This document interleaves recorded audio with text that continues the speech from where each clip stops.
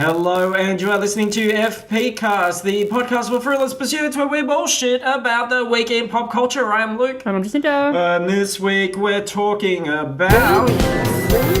television, collectibles, video games, comics, books, board games, and more. Not mine. We can't say that we've said that the last two episodes. We got to sell it. We got to say, we're talking about heaps of really interesting stuff. No, I think it's consistency. Don't people want consistency? Well, I'm just saying, like, not everything has to be about blockbusters. It doesn't have to be, here's a man that was bitten by a spider, or, oh, look, Batman's got a grudge against Aquaman this week. Sometimes it's about highlighting some of those smaller, independent, more obscure films, things that people might have missed, things that people might not even know about. How exciting is that we're going to share? We're doing movie catch-up to Electric Boogaloo. We're going to share some of the smaller releases that you might not have seen. We're going to do that in this week. And we're going to talk about, you've got TV shows, including a new TV show that features, I don't know if we want to say it now. Because No, don't spoil it. we wouldn't be able to concentrate on anything. But starring someone that's very near and dear to our hearts. Oh, not as near as we'd like, mate. Well, bloody live in hope. Live in hope. So there's a bit of news. We're going to talk about that. And then we'll get into the reviews. Of course, there'll be Game of Thrones at the end, as we've just watched the penultimate episode of this season. Lots of really exciting shit, I swear to God. Yeah, maybe that's why I just couldn't think of it, because my mind had just whited out from the excitement of all the things that we are going to cover today. And we might have new listeners who have jumped on after hearing the new show Dungeons and Dragons. And yeah. What's all this about? Australians, they get movies there in Australia as well. They have opinions on things. What? Yeah, occasionally we'll leave the water tank and we'll hang a big sheet. A sheet, okay. A sheet. We'll hang a big sheet out the side of the water tank, and then we'll get a sheet off the washing line, take it off. Then we probably put it back on the washing line because that's a good place to project a film. And we'll watch the latest film to hit Australia. Remember, last week we watched Homeward Bound? Yes, that was a good one. That was very good. I cried happy tears when the dogs came over the ridge at the end. So happy. So good. And I'm looking forward to Mary Poppins. I hear this Julie Andrews is a hot new thing. A hot new commodity in Hollywood. Yeah. I hear she's making a reputation for herself. Have you get in that fandom? Oh, yeah. I'm getting that magic bag. If you know what I mean. If you do know what I mean, please message me. Not so sure. Talking of confusion, jumping on the segue, what do you think about this announcement that there are like 300 different Joker films? It's probably the worst thing I've heard this week. And there's been some bad news this week. Okay, so 2 Joker films are going into production. And don't you feel like one was sort of hurried in after Jared Leto's lawyers made some calls, and then they said, oh, no, but there's this one as well? Yeah, it definitely did feel like that, because the first one was... Who's directing it? Like Todd Phillips. No, the other one. Oh, the other one, I'm not sure. It's people that did Crazy Stupid Love. Yeah, okay. Which sounds like the name of a Joker Harley Quinn film already. Yeah, it does. And... because they were saying, well, no, it's not with Jared Leto. And everyone's like, oh, well, okay, maybe it won't be that bad. And then suddenly, whoop, next minute, Jared Leto film. And I'm like, oh, fuck that. So let's break this down, because that's a lot of info there. So first we got news that Todd Phillips, director of The Hangover, is doing a standalone Joker origin story, which is not connected to the current Justice League, Affleck, Cavill, DCU, DC Cinematic U. Todd Phillips, DCCU.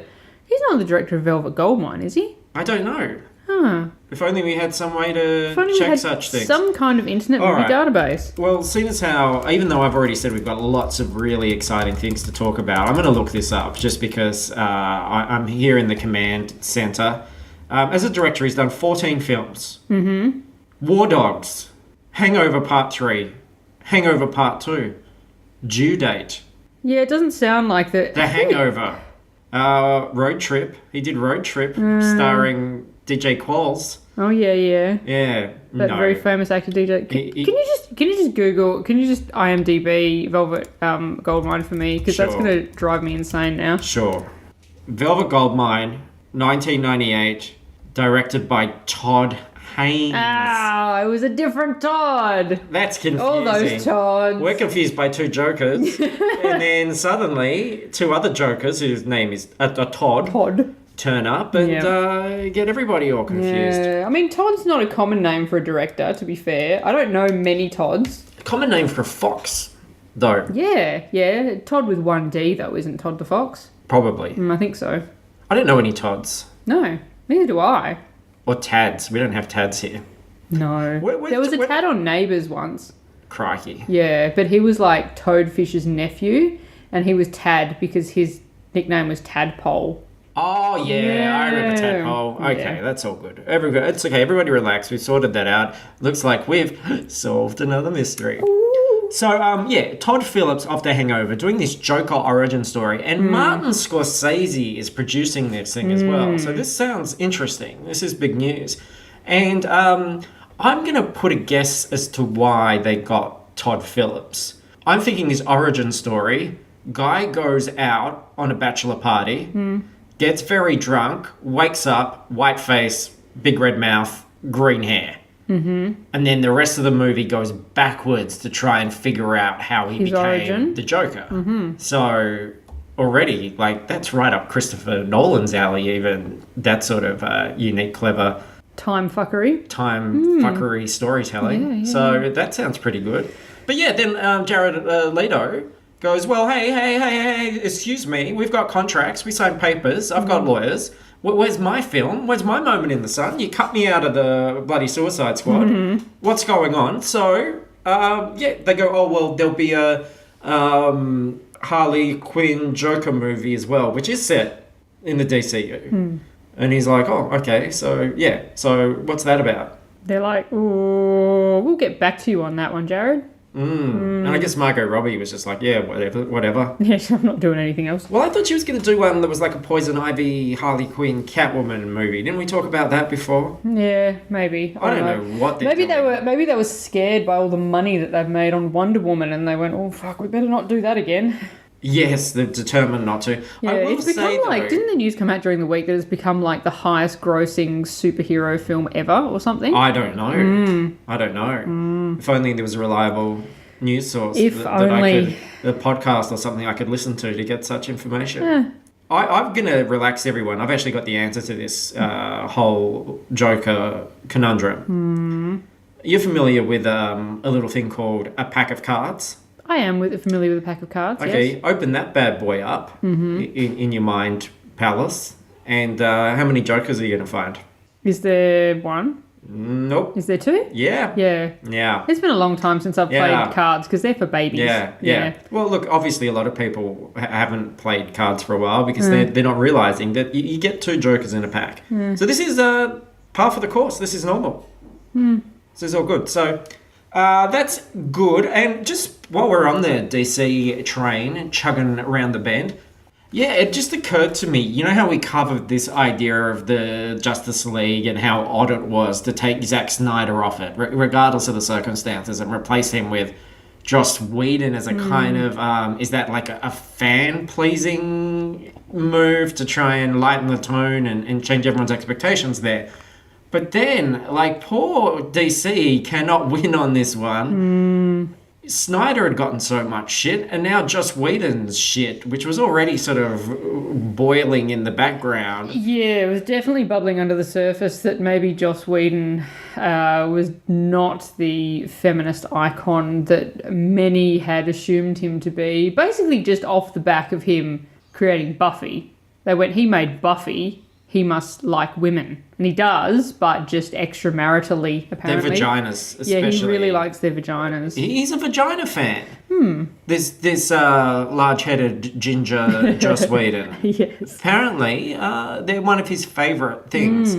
So, this shit that had been bubbling under the surface, as you said, became a full-blown shit geyser this week. Do you want to summarise what happened there? Well, the shit just went all over the fan, and Yeah, well, his ex-wife came out and wrote some kind of essay about how he'd been basically awful to her during their marriage and gaslighting her and cheating on her and all of this sort of thing. And I have to say that most female fans of pop culture sort of went, oh, well, yeah, like everyone kind of knew that this was coming. But all over my social feeds and my Facebook and stuff, so many male friends were going, oh my God, the sky's falling in. I can't believe that Joss Whedon, good guy Joss Whedon could do this. And I'm like, are you fucking serious? The other thing is, and obviously we're very progressive and always going to support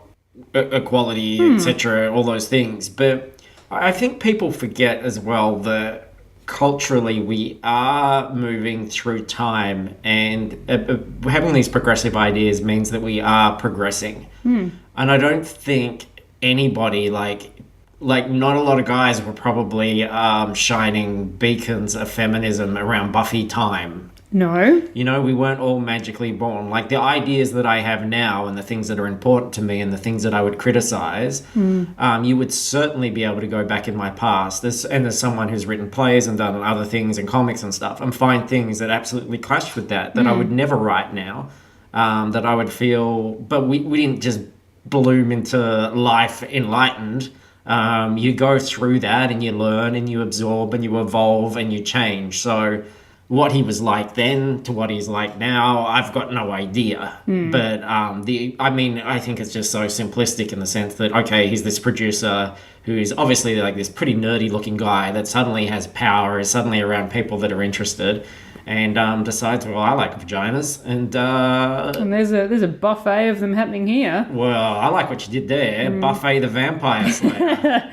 Buffet the Pussy Slayer. Buffet the Pussy Slayer is the headline in our newspaper reporting this, if we had one, reporting this story. That's what you would find. So, yeah, I don't know. And are you curious? I want to know, like, and again, not saying no moral equivalency things here, but I just want to know, who are these women?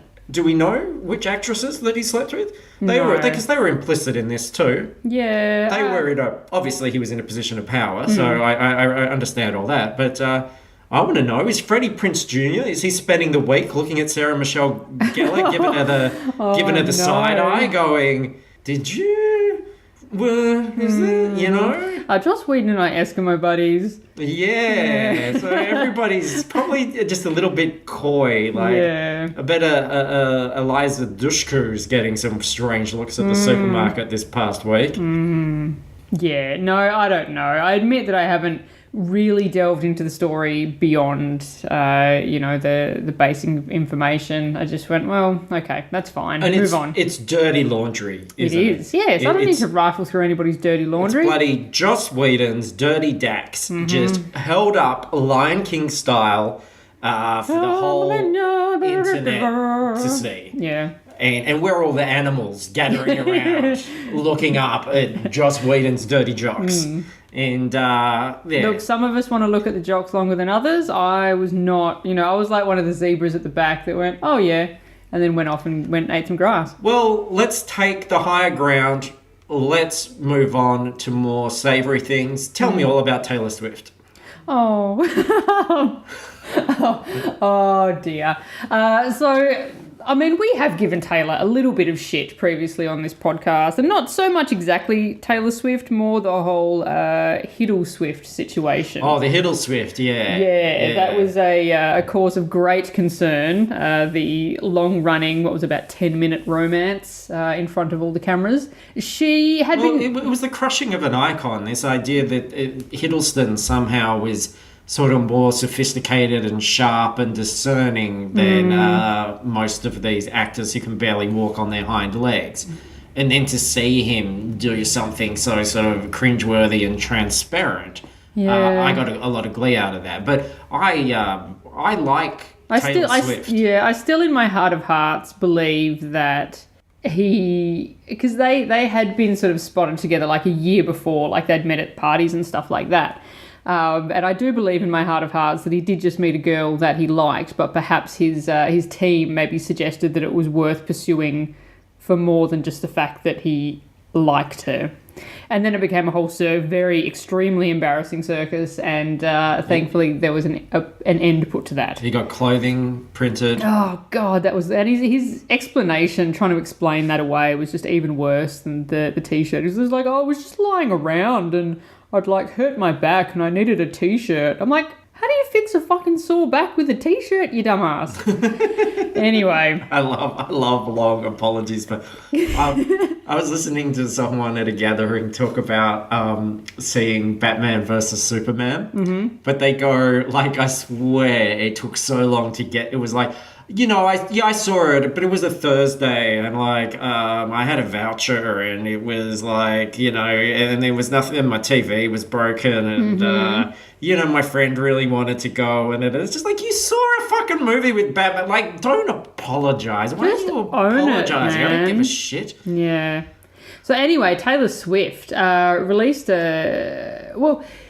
she'd been kind of teasing that she was going to release some new material. She'd wiped all her social media accounts, and all that was on there was like some sort of animation or something of like a snake's tail or something like that. Oh, I did actually see that. Yeah, Yes, and everyone was like, oh, Taylor Swift, so mysterious. just turning into a snake. Yeah, or people were saying, well, no, she recognises that perhaps she has been a snake, and that this is her recognising it and moving forward. Shedding the skin. Shedding the skin, yes.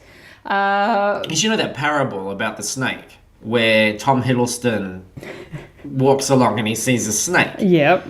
and the snake's hurt, and he picks up the snake and he nurtures it, and then the snake bites him, and he's like, "Cool, blimey, Gov, why'd you do that?" And the snake's like, "You knew I was a snake." And he's like, "Oh, yes." Now I'm just going to die from blood clotting over Yeah. here. Yeah. So she released this song, was it like yesterday or the day before? Whenever. It was Thursday, Thursday. US times. Would have been yesterday for us. Yeah.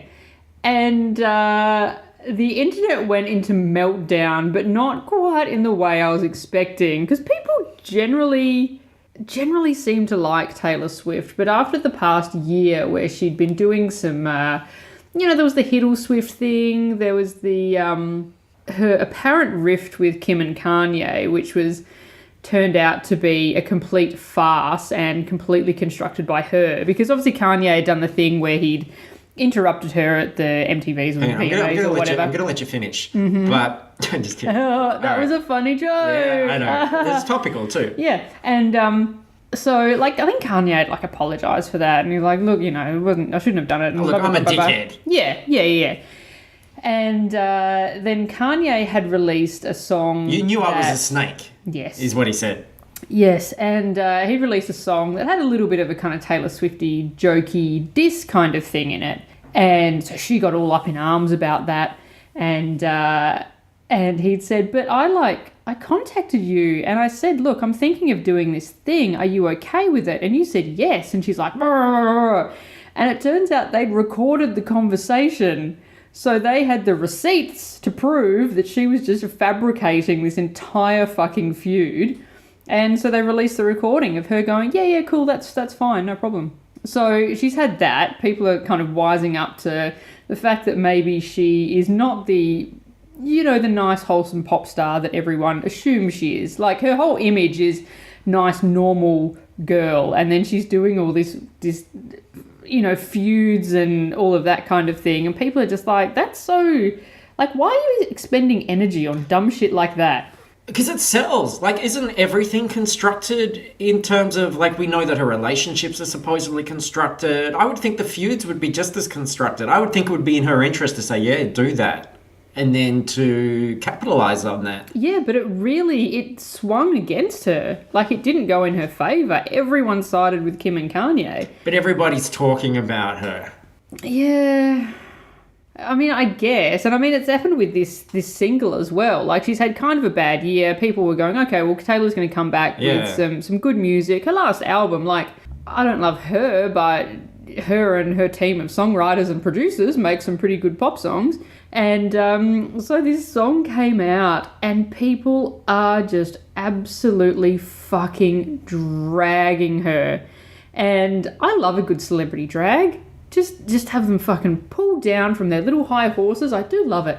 And I thought, all right, fair enough. I'll listen to this song. Yeah. I enjoy pop music. I consider myself to be, you know, somewhat of a pop aficionado. And this is a bad song. I heard Like, this is a bad fucking song. What happened for me, I went to Instagram stories and she was on there. And it was the black with the snake. Yeah. And it said swipe up. I didn't know that you could swipe up on Instagram and go to a link. So I swiped up and it took me to iTunes. And there it was. So I pressed it. Yeah, it's a weird song. Yeah, like it's one thing, and then the chorus with the, what's it called? Like, you... Look at what you made me do or something? Yeah, that bit is really weird. It's like something disjointed and different. It starts off, and I was thinking, oh, fuck, this isn't, like, that bad. Like, it's not amazing, but it's not that bad.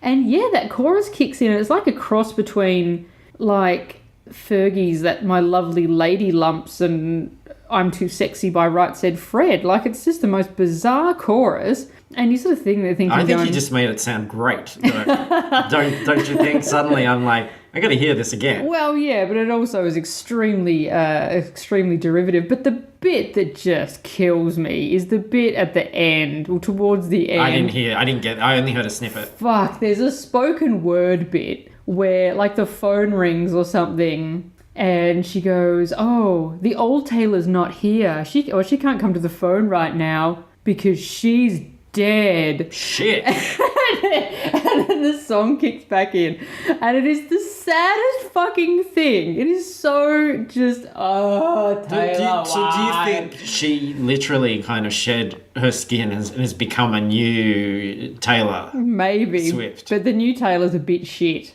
Well, I'm very sad to say the new Taylor's not real good. All I like is I saw the film clip one day going down there YouTube. I'm doing the Batman Superman apology thing. I watched the film clip. Can't remember how I got there.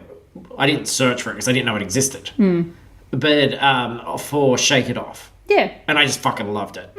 I loved the song and I loved her energy and all the costume changes and stuff. And I was just like, who is this person? This is really great. And I have this sort of, not in real life, I think it's more of a sort of celebrity pop culture thing, but I was attracted to this idea of someone who, despite that she's, you know, jumping around and has energy and being fun, seems like a pretty cold, distant person. Like, you can feel it. You can feel that you would have to work really, really hard. And that you'd probably be an absolute shit to be around. And there was something kind of sickeningly appealing about that to me. Yes. Yeah. So I quite like that, and I quite like that idea. But I don't know about all these feuds and things that are happening. I just think that she thinks that people give a lot more of a shit about her than maybe they do at the moment. I know it sounds like we've just given her a lot of buzz. Buy the new album, by the way, when it comes out. Yeah, well, that's the thing. Like, people are wanting, there's these big campaigns of people going, oh, well, Despacito's been number one for like 1,000 million weeks, and let's get Taylor to number one so that knocks off Despacito so it doesn't get the record. And I'm just like, oh, for fuck's sakes, people, go and get a life.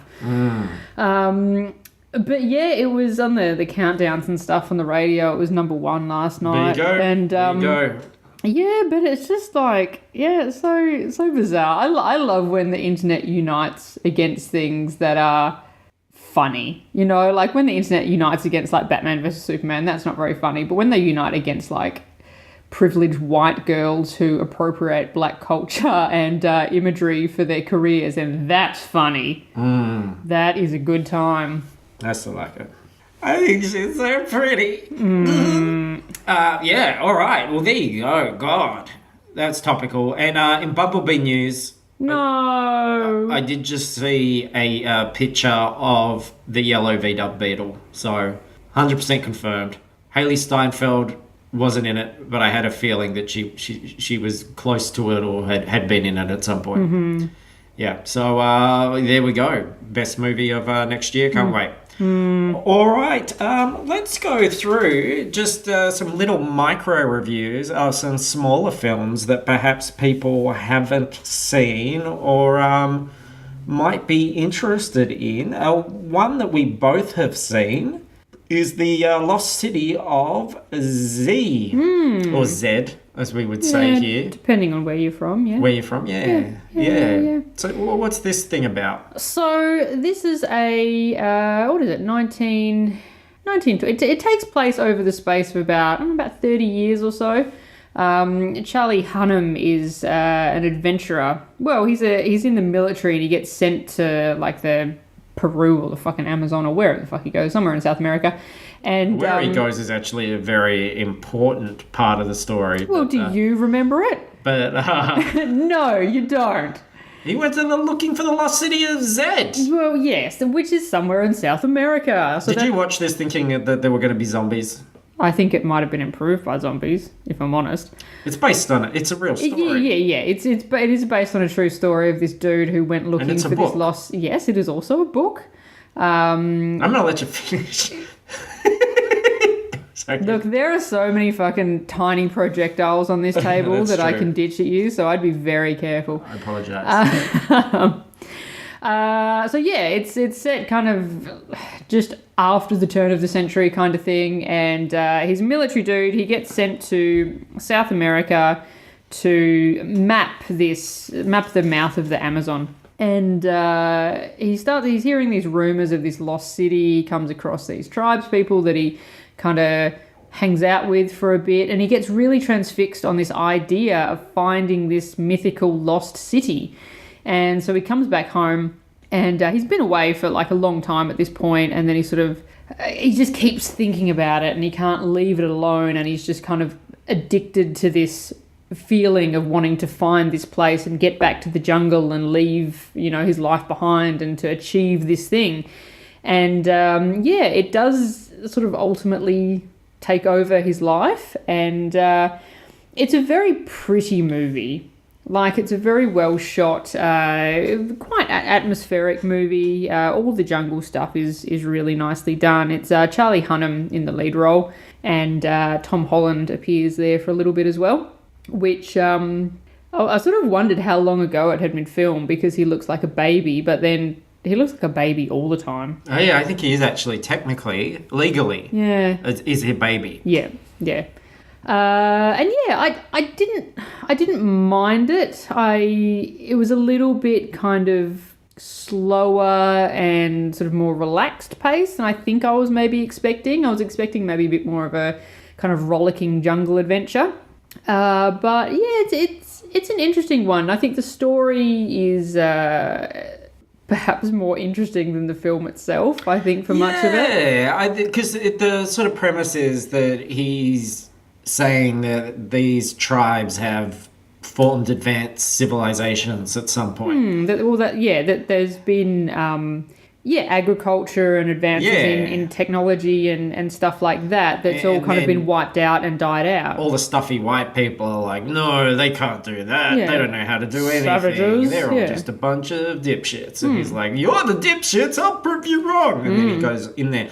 But even then, like, I'm expecting, okay, so we're gonna go through the clearing and there's like a shopping centre or there's gonna be a time zone, an arcade, an arcade, people on segways, drones, that sort of stuff. But it's just some broken pots and things, really. Yeah, and that, to be honest, the broken pots is the biggest advance find that he sort of makes in the film, and I was like, ugh. No spoilers, obviously. I do really like, even though I think the film's a slog at some point, I really enjoyed that third act. I think the final sequences are quite strong and atmospheric and dreamlike, and gave me a sense of wonder, so I enjoyed that. His wife is Sienna Miller. Now, the other thing that it just made me think about, and this is just from a pure sort of history perspective, and we talk about history on Half Hour History, but this idea of, like, he didn't choose to go on this thing. They basically said, you're going off to what's-its-face the first time. And that takes a very long time. As you said, they've gone away for years. And you realise that people in those times, like, he's got himself, like, a hot wife, his son's Spider-Man, and you just don't get to see them. You just No. Well, I mean, that's the thing. Like, the children are significantly older every time you see them because he's away Yeah. for so long. So you're working to support a family, which you're not getting to see because you're working. And then I thought, 2017, work-life balance. How many people out there can relate to that? Am I right? You know, Yeah. who are thinking, I'm doing this job, I'm working. Well, I know for myself, I'm in the urban jungle like 24/7. I work 6 to 7 hours a day, and I'm like, when do I get to see my family? You know, what's the payoff? Literally getting. Well, it's like every year you're getting paid. There is a payoff every fortnight. Yes. But when do I get to enjoy that money with my family? Yeah. Or maybe you'd Weekends, be more, probably. Yeah, probably weekends, that's evenings. I finish at 4. Yeah. So and it's still daylight. I can be home at 4:15. Yeah. But still, what about those other times? So this movie really put that into perspective for me. So anyone going through a midlife crisis, Lost City of Z, just don't expect zombies because you'll be disappointed. I'm going to really change tone. Now, there's just a couple of films I want to talk about briefly. You haven't seen these, but then you're going to tell me about TV that you haven't seen. So That you haven't seen. I haven't seen. Yeah. Yeah. No, tell me about TV you haven't seen. So, no spoilers, because some of these I definitely recommend. The Transfiguration is a sort of artsy film set in New York about a young African-American boy who has been orphaned and is dealing with poverty and harassment and all sorts of things, who is obsessed with vampires, who's obsessed with vampire culture, and it refers to a lot of things like Lost Boys and Let the Right One In, etc., and believes that he is a vampire. And it's a very bleak, honest, open, real feeling film. It doesn't have any big names in it, but you can tell straight away that even though it's like this low budget film, that it's beautifully crafted, very thoughtfully crafted. And the real question that you're going to be asking through it is, because he's acting on these impulses and is hurting people. Is he a vampire, or is this a psychological thing? Is this a way of coping? He strikes up a friendship with a girl, which complicates things even further. And I just think it's a mesmerizing film, very fascinating to watch. And even just that central premise, you want to know the truth and what's happening. So really intense in parts, very pleasant surprise. So that's The Transfiguration. Okay. Saw Lady Macbeth with Florence Pugh, who I had quite the opposite, my friend. I was quite taken by Florence Pugh. I thought she was amazing. So she goes into a forced marriage in the 1800s, I think, and her husband, it's not all happening very well, and she becomes interested in one of the workers at this place, and just Lady Macbeth style, everything sort of devolves into depravity and murder, and cool. Very strong female lead. It's not a very fast-paced film. Some of it at times is deliberately vague or open to interpretation. There's some great shots and motifs that continue to get repeated throughout the film. I really enjoyed just the look and feel of it. And it's kind of like, it feels like one of those Jane Austen-y films that we've seen, but where the character just has big balls. Yeah. Like, she's a great character. And and it's a little bit sexy as well. So I recommend that. And I saw Lemon. That's a film by Brett Gelman, who's in Another Period and all sorts of things. And he's the star, but it's got Michael Cera and Gillian Jacobs from Love and Community in there. And it's kind of like one of those, remind me like of Dan Clow's sort of character studies, almost like an intersect with something like Wilson. It's about a character who's a sort of loser and drifting, and didn't love it. It's probably my weaker recommendation out of.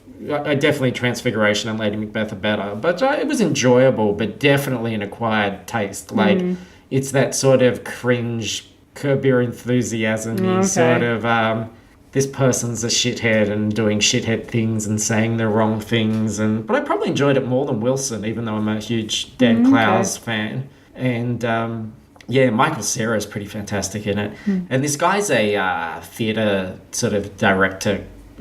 Person who takes classes and stuff, and everybody's just so fucking obnoxious and pretentious and wanting to be more than they are. So it's another bleak kind of fuck you film. It's called Lemon, but it was entertaining enough. Judy Greer's in it as well. There's some cool people in there. And finally, I want to talk about Wakefield. I can't remember, did I tell you about Wakefield? No, This I is don't this think Bryan so. Cranston. I kind of want to be spoilery about Wakefield to a degree, like sort of set up the premise, but I'm not necessarily recommending. You're either going to like listen to this and go, yeah, now I want to see this, or not. But the premise is Bryan Cranston is married to Jennifer Garner, Okay. and he monologues all the time. Like there's narration, and it's like a play. Like you feel like this has got to have been a play because there's not much action or set piece stuff. It is just him talking. And they've got jealousy issues, and he's always accusing her of flirting with people and stuff. And then one night he knows they're going to have an argument because he comes home like a bit late, and he's like, oh fuck this, I'll just go in the garage. They've got like an attic in the garage. I'll sit up there and I'll just wait, and I'll go to bed when she's going to bed. He falls asleep. So the next morning he wakes up and he's like, oh fuck, she's going to think I cheated. This is bad. I'll wait till she goes to work. But she doesn't. She calls the police. So he watches through the window and he's talking the whole time, going like, ha ha, you stupid idiots, I'm up here and you don't know. This is so funny. And then like a mum comes round and stuff, and he can't hear what they're saying, so he's doing all the voices. And he never leaves this place. He's there for months, and he's pissing in there, and he's eating garbage and all this stuff. It's Bryan Cranston in an attic for a whole movie, basically narrating everything he sees out the window and acting like everyone's a big stupid head for not realizing that he's up there. It is so fucking weird. And it's not like quirky fun. It's earnest. Like it's really earnest, and I'm talking about life and leaving humanity and all this sort of stuff. But fucking weird. It's called Wakefield. So make what you will of that. But I found it very entertaining just because and also again you're like, where the fuck is this going to go? Like how do you resolve this? And that I won't spoil, but fucking bonkers. Yeah, speaking of getting hooked into movies, I watched this terrible movie the other day because it was on TV. It's called, I think, Eagle Eye. It's from 2008. It's got Shia LaBeouf in it. And I know of it. I haven't seen it. yeah, and he kind of gets his life a bit hijacked. He's getting all these messages from this mysterious source telling him to go to places and... I think I have seen this. Yeah, and I was just there going, this is bad, but I am so desperate to know what the fuck is going on. And I sat there and watched the whole movie. Hooked you in. Yeah, it sure did. And it was a bad film, but very, very engaging. Old Shia. Everyone gives poor Shia so much shit. No, he's an artist. He's a complicated artist. And he also, let's not forget... You know, I've said before, like, people give George Lucas shit. And you're like, well, was creating Star Wars not enough? And then people give Shia LaBeouf shit. And I'm like, was playing one of cinema's favourite characters, Mutt Williams, son of Indiana Jones. You know, Mutt Williams. Classic pop culture character. Luke Skywalker, Darth Vader, Superman, Batman, Mutt Williams. So Exactly. give the guy a break. Respect. Respect him. Yes. Well, do respect him because he's a human being, but also respect him because he was Mutt Williams, pop culture icon. You've gotten soft, but I like it. I like it. I like this new you. Hello, you looking for the old Jacinta? Because she's dead. It's just this soft, squishy, friendly Jacinta here now. Wow. Absolutely yeah. beautiful. Well, while you're in such a pleasant mood for a change, why don't you tell me all about the TV shows that I missed, but I think you're going to encourage me to watch. Yes. Well, the first one you really do need to watch because I think you will enjoy it. It's on Netflix. It's called Norseman, so like Norsemen. Though I think... And what are these Norse young men doing? They're doing Norse young men things. This is a Norwegian show. Be Norse to your mother. It's a Norwegian show, and it was actually filmed. They filmed two versions of it simultaneously. They did an English version where they're speaking in English, and a version where they're speaking in Norwegian. So there would be subtle differences. They're like, it's the same show, but there'd be subtle differences between the scenes and stuff. And so I've been watching the English version because I haven't been able to track down a copy of the Norwegian one. I think the Norwegian one is called Viking's Gain or something like that. And it's a Viking comedy. And it's I didn't realise it was a comedy. It's a comedy, and it's very... I'm sold now. I'm already sold. Very dry European comedy, and one of the main characters is this real sort of David Brenty kind of guy. And But they're Vikings. But they're Vikings, and it is so fucking funny. Like, there'll be a couple of times in an episode where something unexpected will happen, or they'll say just a throwaway line that is so just unexpected and funny. And there's only about 6 or 7 episodes, I think, and it's not been something I've been able just to sit down and watch in one hit. It's the sort of thing you watch one episode and go, fuck, that was really good, and then you go and do something else and then come back and then watch another episode, and it's good. But I found, similar to watching something like The Office, if I was to watch too much of The Office in one hit, I'd get a bit tired of those characters. But if you just watch half an hour at a time, it is absolutely magnificent. There's a bit where I think one of the female characters is being given shit by one of the other characters, and she goes to him, "Why don't you just suck a fart out of my arse?" And he goes, "What?" And she goes, "Nothing," and just walks off. And just random shit like that. Very highly recommended. It is very, very funny. It's a shame there's so few episodes, but it's such a unique, wonderful little thing that, I would recommend it to everyone. It's very, very funny and really quite clever. Well, we're talking about how we were missing Vikings. And I am, like, missing Vikings and missing Lagertha and the crew. And this sounds like I was thinking, okay, it's going to be one of those... I didn't realise it was comedy, so I was thinking it's going to be one of those substitutes. You kind of go, oh, yeah, Like The Last Kingdom, where you watch it and you go, oh, it's a bit like that, but not really. Oh, no, that sounds great. Yeah. Okay, so that's it. And what is this other thing? Well, I mean, the other one, we issued some apologies the last couple of weeks, and I feel like we need to offer another apology because we have been caught sleeping. Right. On this one. Shit. I had a workmate came to me the other day and he said, "Oh, I've been watching this new show with Sam Worthington in it." And I went, "What the fuck?" Hold the phone. And I said, "You come here and I'm going to jump on Google right now and you're going to tell me all about it so I can look it up." Sam Worthington, best bloody actor in Australia. Yes. A star of Avatar. The best bloody movie of all time. Darth Vader. Mutt Williams, Jake Sully. Yes. Yeah. Yeah. That Sam Wortho is on TV. He is on the television, yes. Crikey. And he is in a television show called Man Hunt, I think, Unabomber. I'm glad there was something after the colon. It wasn't just... Man Hunt, colon. or colon hunt man. Yeah. Hi, my name's Wortho. I'm looking for your fucking colon. Bend over, dickhead. And he is, it's like, I think it's done by the Discovery Channel, and I think it's sort of a mini-series. I think there's only 4 or 5 episodes out at the moment, I think, and it obviously, it's about the FBI guy who profiles and catches the Unabomber back in, was it like 97 or something like that? Something like that, yeah. Yeah, I was a bit young to have too many memories of the Unabomber.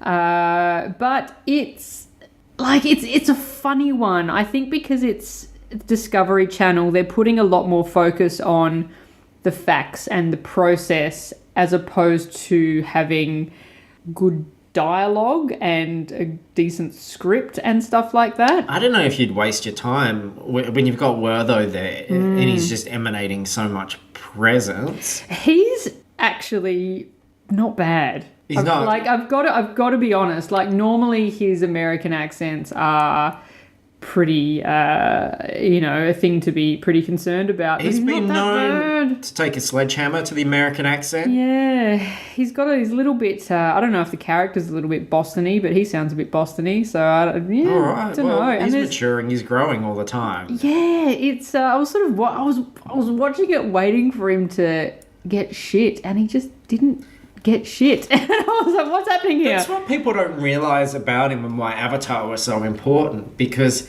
just like in Avatar, that was kind of a metaphor for his career in a lot of ways, because he can embody another character, like he can be laying on the couch somewhere and in his mind he's embodying this Boston guy. He's got to find the Unabomber. Yeah. So, okay, well, I might give that a look. I'm not going to prioritise it over... But because I find Wortho exhausting because he's just so good and I get so emotional watching it that you talk about watching a bit and then having to do something else. I would go and have a lay down. Yeah. Actually, I watched the first episode thinking, well, look, I'll just watch it for the purposes of talking about it on the podcast. Yeah. But I want to keep going. Like, I'm kind of intrigued because, as I said, it is mostly about the process, and I'm finding the process of what they're going through is really quite interesting because, as I said, I was pretty young when all the Unabomber stuff happened, and I don't really remember much of it. And I did look who plays the Unabomber. Is that a secret? That's not a secret, is it? He's on the poster. Yeah, no, he's on the poster, and you see him in the... he's not in the first episode, but there was a little preview for the second episode, and he was in that. Typecast. Yeah. Paul Bettany. You want a creepy bugger? He doesn't even, in the little short that I saw of him, it barely even looks like Paul Bettany. But still, I would suspect that's an easy one. You don't have to be a profiler and a manhunter to find that. That's obvious.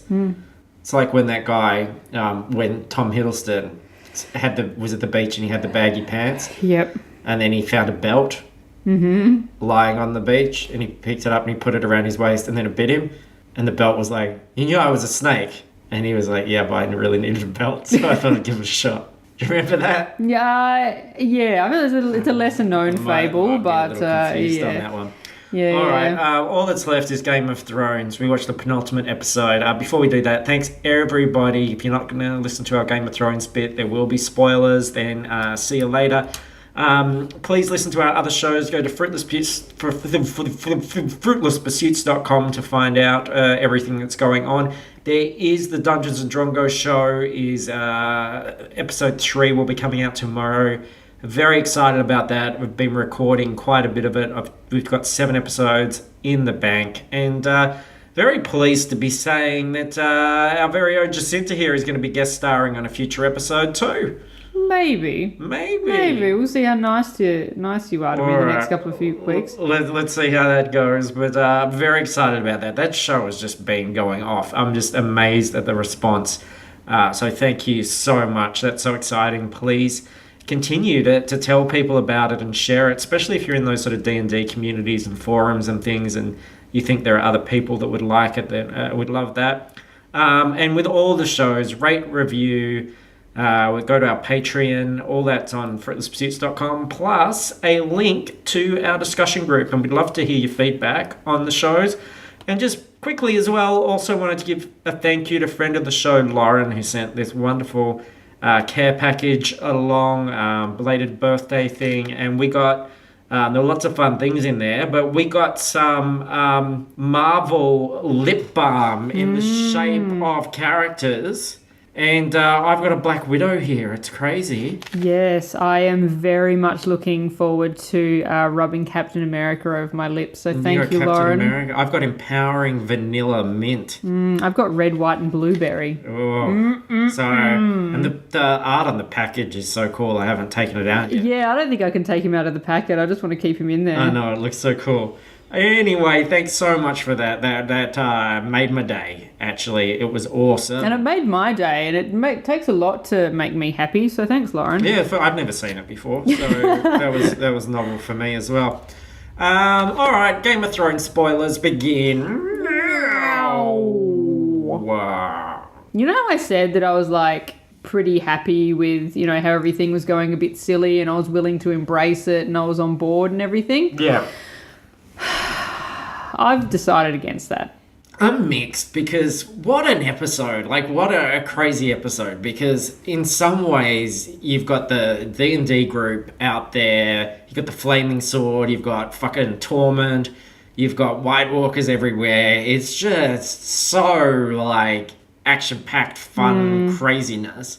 But then you've got, on the other side of that, there's bloody Arya and Sansa need their fucking heads knocked together. They've both taken huge steps backwards in terms of characters and just likability. I mean, the Starks have totally shit the bed. Like, I don't know why you would be barracking for the Starks at this point. Like, what a bunch of dummies.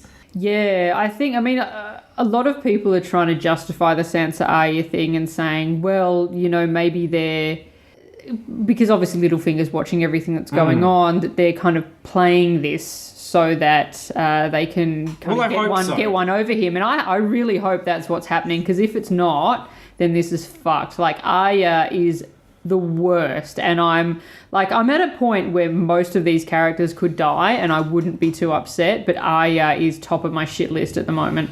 And, like, it just felt weird as well with the, you know, we've gone a long way from, remember there was the promotional materials for the season before this, which had the big gallery of faces, and everything was kind of spooky and interesting, and it had faces of some of the main characters like Ned and stuff that had died.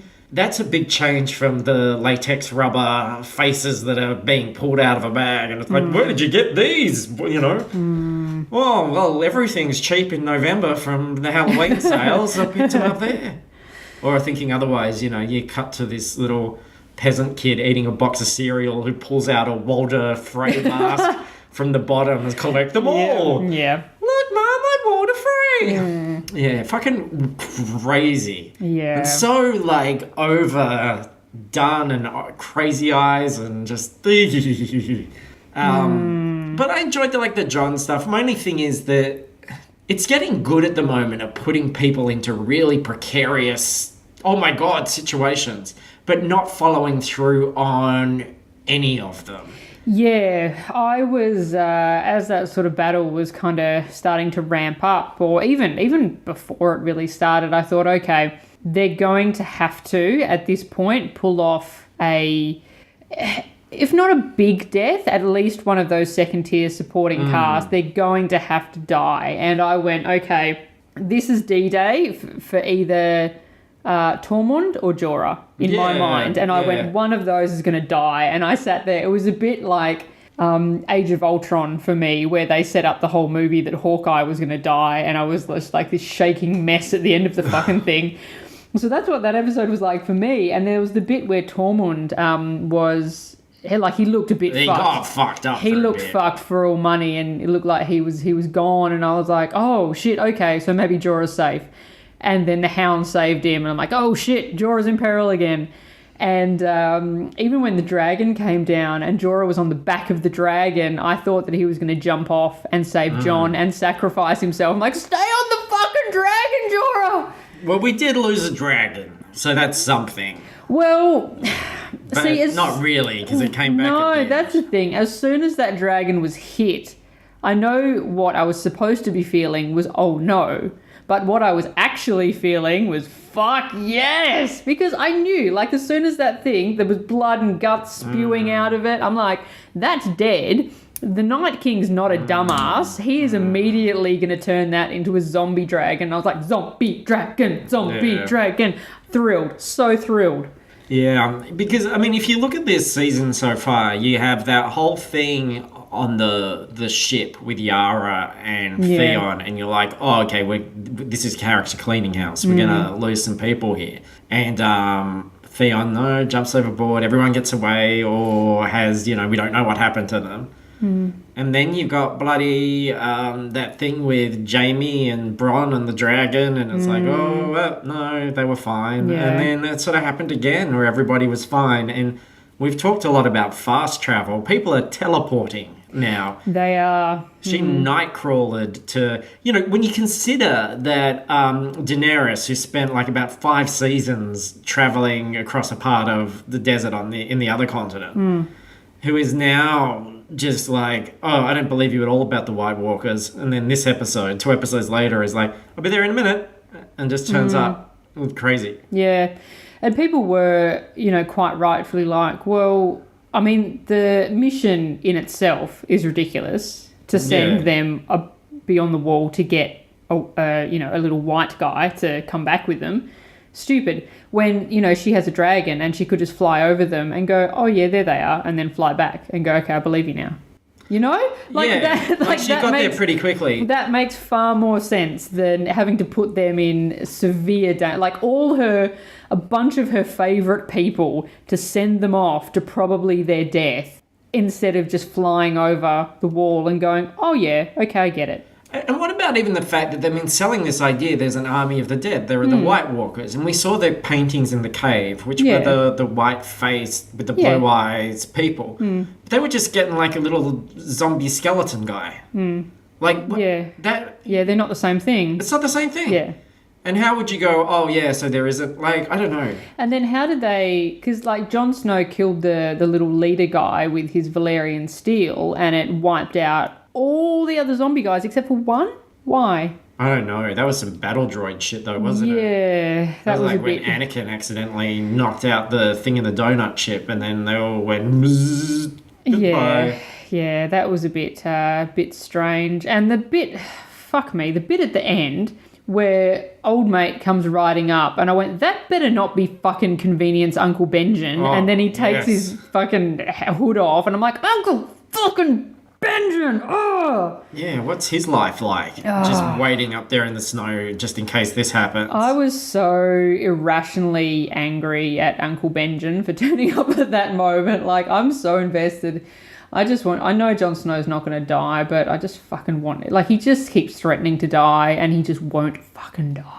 Nah, he's there till the end. And fucking puppy dog eyes bullshit at the end as well. That just made me physically ill. Well, my prediction for how this is all going to end, like what's going to be the final shot of the final season of Game of Thrones, I think it's going to be Daenerys. It's got to be a coronation. It's got to go back to the throne.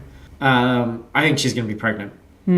Because she made such a big deal in this last episode about, I can't have kids, I can't have kids, I can't have kids. Well, I bet her barren fields can be sown by some Targaryen jizz. Well, remember the thing was that she'd had that scaly kid that had disintegrated. Yeah. And if you end it with her pregnant, then the audience is like, but will it be a demon? Will it be a bad thing? Will it be a scaly kid? I don't know. Watch the spin-off where you see this kid. It'll be like fucking what they're doing in Vikings with Ivar. So that's what I reckon. But anyway, look, we've got the finale just in a couple of days and it's going to be 80 minutes. That's almost it's a comedy movie length. Yeah, it is. And I'll be interested to see how quickly everyone moves around Westeros. They're going to be nightcrawler bamfing around the Westeros. They sure are. Gendry is like, in the Westerosi Olympics. Like, he's just the 40-kilometre champion. Oh, no problem. 40 kilometres, do that in a blink. Did you see the preview for what's happening next week? No. I'm going in fresh as direwolf bread. There's some interesting business that's going to go down. I would hope so. Well, you would hope so in the finale. In an 80-minute season finale, I would hope there'd be some interesting business going down. Yeah, there's something that I thought they might have put off till next season, but they're doing it now, and I'm good. Well, I mean, I shouldn't have been surprised at the pace that they're doing things, that they are smashing through everything as much as they can. But I think for next season, the thing, obviously everyone is still assuming that Jon is Rhaegar and Lyanna's son, and that if they were married when they had him, then he is the legitimate heir. So do you think that next season maybe it'll be about Daenerys not wanting to give up her claim? Because he would be the rightful king. Because he's the male heir, so he would have precedence over her. But aren't they just going to share it? I just feel like they're going to share it. I feel like they're going to be a couple. We're seeing that sort of gooey thing already between them. And it's a song of fire and ice. It's a marriage between fire and ice. But what if he's the fire and ice? Like, he's Targaryen and Stark. Yeah, everyone said Anakin was the balance of the Force. Did that happen? No. Got his legs burnt off. Well, yeah. So, did we not learn anything from the whole Anakin incident of 2005? Look, probably not, to be honest. No, true. No. History repeats. All right. I think that's a show. Yeah. All right. Thank you, crazy guys. We'll catch you next time. Okay, my love.